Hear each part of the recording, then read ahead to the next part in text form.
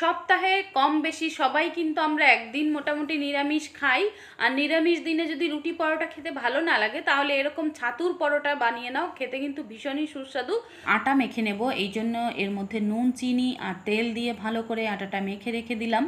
এরপরে দেখো এখানে এক বাটি ছাতু, ধনেপাতা কুচি, লঙ্কা কুচি, লবণ, লঙ্কা গুঁড়ো, সামান্য জিরে আর লেবুর রস দিয়ে সামান্য জল দিয়ে ভেজা ভেজা করে মেখে নিতে হবে, যাতে মুঠো ধরলে ভেঙে না যায়। ঠিক এইভাবেই পুরটা রেডি করে নিতে হবে। এদিকে দেখো লেচি কেটে নিয়েছি, তারপর এভাবে হাতের সাহায্যে গোল করে বাটি করে এর মধ্যে কিন্তু যতটা পুর ধরে ঠিক ততটা পুর দিয়ে ভালো করে মুখটাকে বন্ধ করে দিতে হবে। তারপরে বেলে নিতে হবে, বেলে এবার কিন্তু দেখো ভেজে নিতে হবে, উল্টে পাল্টে ভাজতে থাকতে হবে। আর আমি কিন্তু একদম মোছা তেলে ভাজছি, তোমরা কিন্তু একটু বেশি তেলেও ভাজতে পারো, তোমাদের পছন্দ মতো ভেজে নেবে।